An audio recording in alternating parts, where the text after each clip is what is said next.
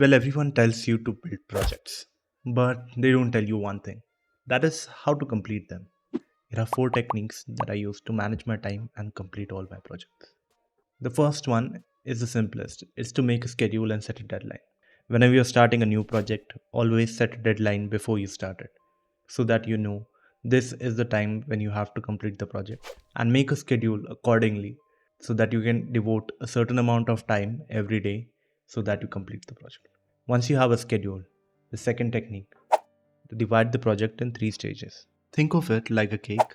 First, you build the base, then you apply the icing, and then you add the toppings. The base of your project is the minimum viable product, it's the least that you need to make that so it functions. Icing would be things that make your project worth displaying. It could be a better UI, it could be features that aren't commonly found in similar projects. And the last one is the toppings. These aren't absolutely necessary but are good to have. The third technique is to decide the research and approach of your project. How you'll be approaching three stages, what technologies you'll use, and how refined it needs to be. Before we take a look at the last technique, do leave a like if you're liking this video.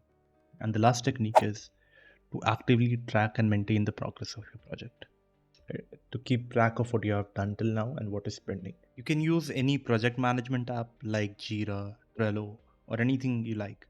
And once you have that set up, add this widget to your phone. So anytime you check your phone, you get reminded that you have to do this steps next. And this is how you manage your time and complete your projects.